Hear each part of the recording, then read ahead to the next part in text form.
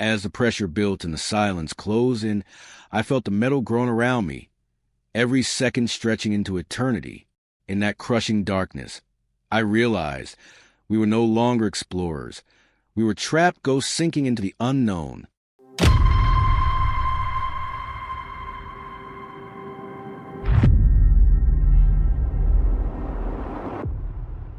My name is Hamish Harding. I left my life behind in the infamous OceanGate submarine disaster. I was a British businessman, pilot, and adventurer, and in so many ways, I was addicted to the edge of the unknown. People like me don't wake up longing for safety. We wake up craving the silence beyond the atmosphere, the thrill of a jet's engines roaring over the Arctic Circle, the quiet wonder of watching Earth shrink to a pale blue from the window of a spacecraft. Some call me reckless, others brave. Maybe both, maybe neither. But what I knew, what I always believed, was that life isn't found in the places where people feel safe. Life happens where most wouldn't dare to stand. I ran an aviation company. I broke world records, the fastest circumnavigation over both poles. I flew into space aboard Blue Origin's New Shepard. Each time I returned, feet back on solid ground, there was this emptiness, a nagging feeling that I hadn't yet answered the Earth's final riddle. And in 2023, that riddle was the Titanic. The Titanic wasn't just a ship. It was a symbol of ambition, of tragedy, and of that razor-thin line between human pride and nature's unforgiving power. Like so many others, I've been captivated by its story for years. But unlike most, I had the means and the mindset to see it with my own eyes. When I first heard about OceanGate expeditions, I was intrigued. They weren't simply talking about researching the Titanic. They were building their own submersible, designed to take civilians down nearly 12,500 feet, into one of the darkest, coldest, most hostile environments on Earth. I met Stockton Rush, OceanGate CEO, at a private conference. He was bold, charismatic, clearly a man who believed in pushing boundaries. I admired that. We shared something, an unshakable belief that the greatest rewards lie just beyond our comfort zones. We were kindred spirits, in a way. Of course, I understood the risks. The Titan submersible wasn't like traditional deep-sea vessels. It wasn't certified by standard classification bodies. It was experimental. Composite carbon fiber, not full titanium. A single button to launch. A video game controller to steer. To many, that might have sounded reckless. But to explorers, sometimes the greatest progress comes not by playing it safe, but by daring to fail. Stockton believed in what he was doing. He called it innovation through iteration. And though part of me raised an eyebrow at the unconventional design, another part whispered, this is exactly the kind of unknown I live for. So, when I was invited to join the June 2023 mission, I didn't hesitate. I signed on without a second thought, just as I had signed on to space. Not to prove anything, but because I felt the pull of history, still resting on the ocean floor after more than a century of silence. There's something sacred about that wreck. Over 1,500 souls, lost beneath the waves in 1912. Their ship, their stories, their final moments, frozen in time, waiting to be witnessed. To descend into that grave, not as a tourist, but as a witness to history that, to me, felt like a calling. The morning we arrived at the staging vessel, the Polar Prince, the Atlantic greeted us with its usual gray stillness. There was a chill in the air, subtle but persistent, as though the ocean itself knew something we didn't. On board, I met the rest of the crew. 5 of us in total, each one bringing something distinct to this journey. Stockton Rush, of course, was the pilot. This was his machine, his mission, his legacy. He carried himself with a calm authority, confident, yet occasionally playful. He truly believed we were on the cusp of something historic. Then there was Paul-Henri Nargeolet, a veteran French diver and Titanic expert. Some called him Mr. Titanic. He had been to the wreck dozens of times. Quiet, precise, deeply knowledgeable. There was a calmness about him, something only those who had stared into the abyss seemed to carry.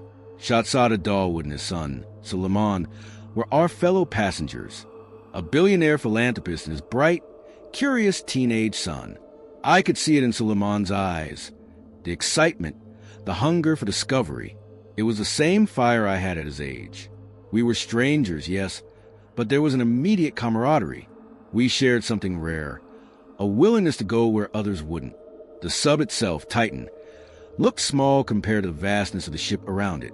Just 22 feet long, cramped, almost like a tube, no seats, just a cold, hard floor, one tiny porthole for viewing. Inside, the air was thick with a faint smell of plastic and salt. The walls were bare, no padding, no luxury, just bolts, carbon fiber, and silence. But we didn't come for comfort. We came for descent. As we went through final checks, I noticed something else. The weather, the sea had grown slightly rougher. The wind had picked up. Some technical issues caused delays. We were supposed to dive hours ago, but time dragged on. In moments like that, your mind begins to wander. I checked the bolts around the hatch, watched the condensation fogging up the inside of the viewport, listened to the hum of equipment that, for all its complexity, seemed oddly fragile. And yet, I wasn't afraid. Not yet, just focused. One by one, we climbed into the sub. The hatch was bolted shut from the outside, 17 bolts in all. There was no way for us to open it from the inside. Once sealed in, we were at the mercy of those above and those below. As the support crew began lowering Titan into the ocean, I think this is it. The edge of the world. The beginning of something few will ever experience. I had no idea it was also the end. The moment we began our descent, everything changed. The noises of the surface, the wind, the voices, the hum of machinery, all vanished. In their place, something else took over. Silence. Thick, heavy, all-encompassing. The kind of silence that presses against your chest, making every breath feel louder than it should. At first, it was almost exhilarating. We were sinking into history, dropping through 12,500 feet of dark water, on our way to one of the most legendary shipwrecks the world has ever known. The ocean outside the viewport shifted from deep blue to inky black in a matter of minutes. Inside the sub, we spoke in hushed tones. Paul Henry detailed the topography we would encounter. Debris fields, the bow and stern of the Titanic, the wreckage scattered across the ocean floor. Stockton made occasional adjustments to our course with the video game controller, his voice calm and steady. Suleiman pressed his face against the porthole, eyes wide with anticipation, searching the vast dark for even the faintest hint of something, anything. But the deeper we sank, the more the ocean revealed its true nature. Cold, unyielding, indifferent. The temperature inside the cabin dropped noticeably. Despite layers of clothing, we began to shiver, our breath visible in the dim light. The condensation on the viewport thickened, obscuring our view of the depths below. Our oxygen levels were being carefully monitored. We had around 96 hours of breathable air. Plenty, if everything went as planned. But still I felt it, a subtle pressure in my ears, a tightness in my spine. Not fear exactly, but a heightened awareness, like the kind of unease you feel just before a storm hits. At around 9,000 feet, the lights outside barely reached anything. The ocean became a black void, swallowing the light, swallowing time itself. There was no up, no down, only endless, crushing dark in every direction. We made small talk about space, about pressure, about how eerily quiet it all was. But eventually, the words ran dry, not because we weren't curious, but because the deeper we sank, the more it felt spiritual, like we were entering a cathedral, carved from darkness and time itself. No fish, no movement, no sound, just us, 5 souls in a carbon fiber capsule, drifting through the silent graveyard of the Atlantic. As we continued our descent, something shifted, not just in the sub, but in the atmosphere between us. A faint sound echoed through the hull. It wasn't loud, but distinct enough to stir something deep inside me. A low groan, metallic and slow, like the vessel itself was whispering under the strain. For a moment, everything inside the sub froze, not in action, but in emotion. We all felt it.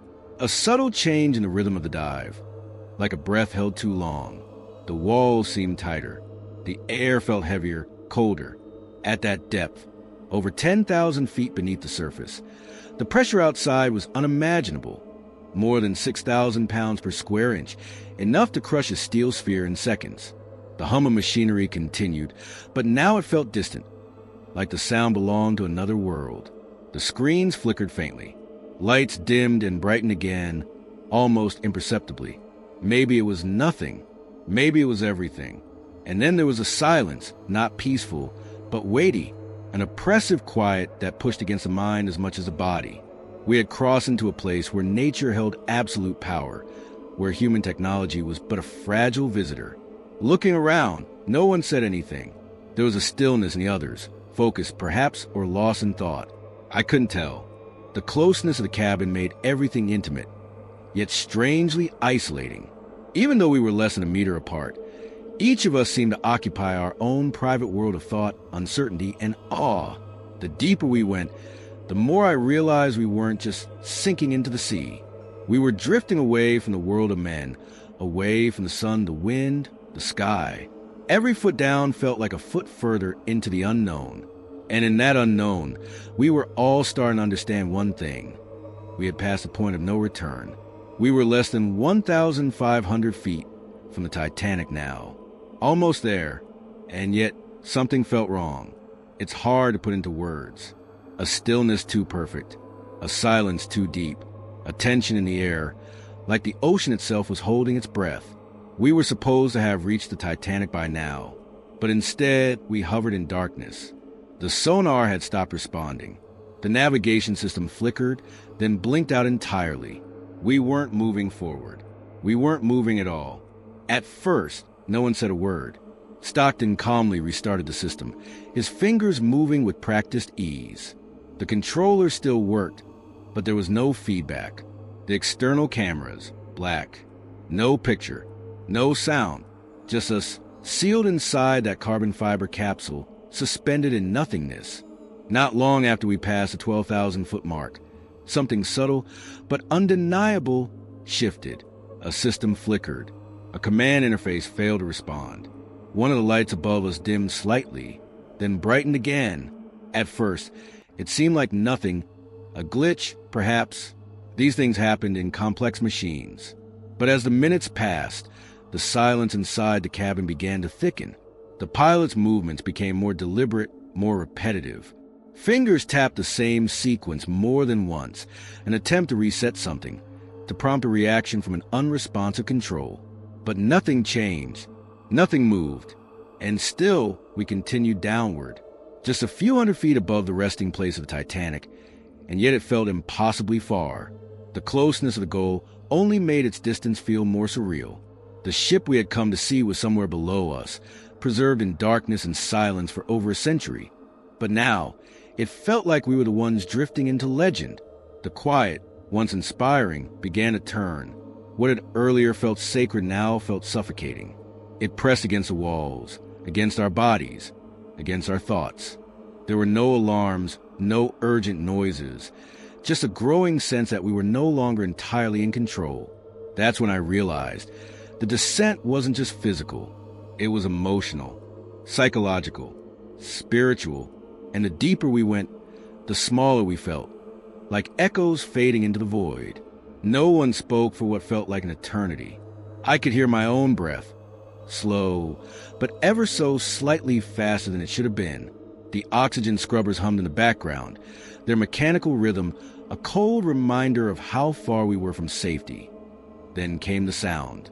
Not loud, not explosive, just a soft crack, like ice breaking beneath your feet. We were all frozen. I looked up at the ceiling, at the walls, at the seams where the carbon fiber met the titanium end caps.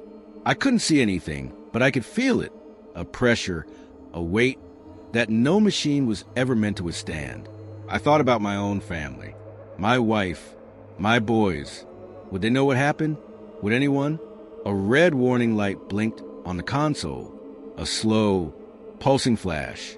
No alarm, no frantic beeping, just one small circle, blinking in a sea of stillness.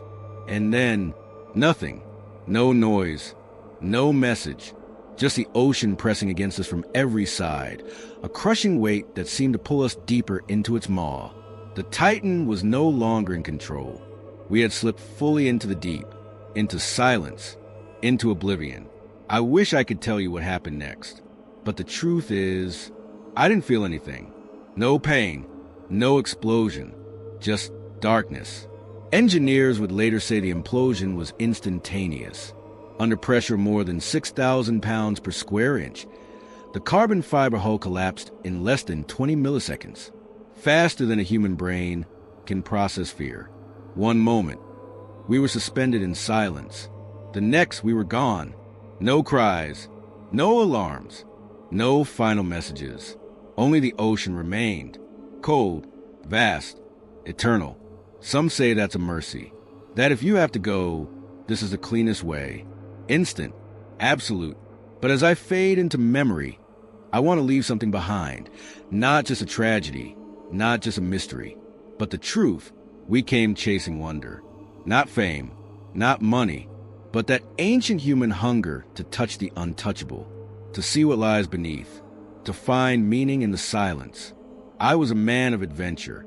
I flew into space. I explored the most remote places on Earth. I knew the risks. I embraced them. But in those final moments, even I had to admit, the ocean does not bargain. It does not forgive pride. It does not care who you are. If there's anything to be learned from our disappearance, let it be this.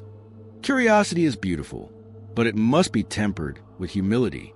Exploration pushes boundaries, but it must never ignore them. As explorers, we go not because it's safe, but because the unknown calls us.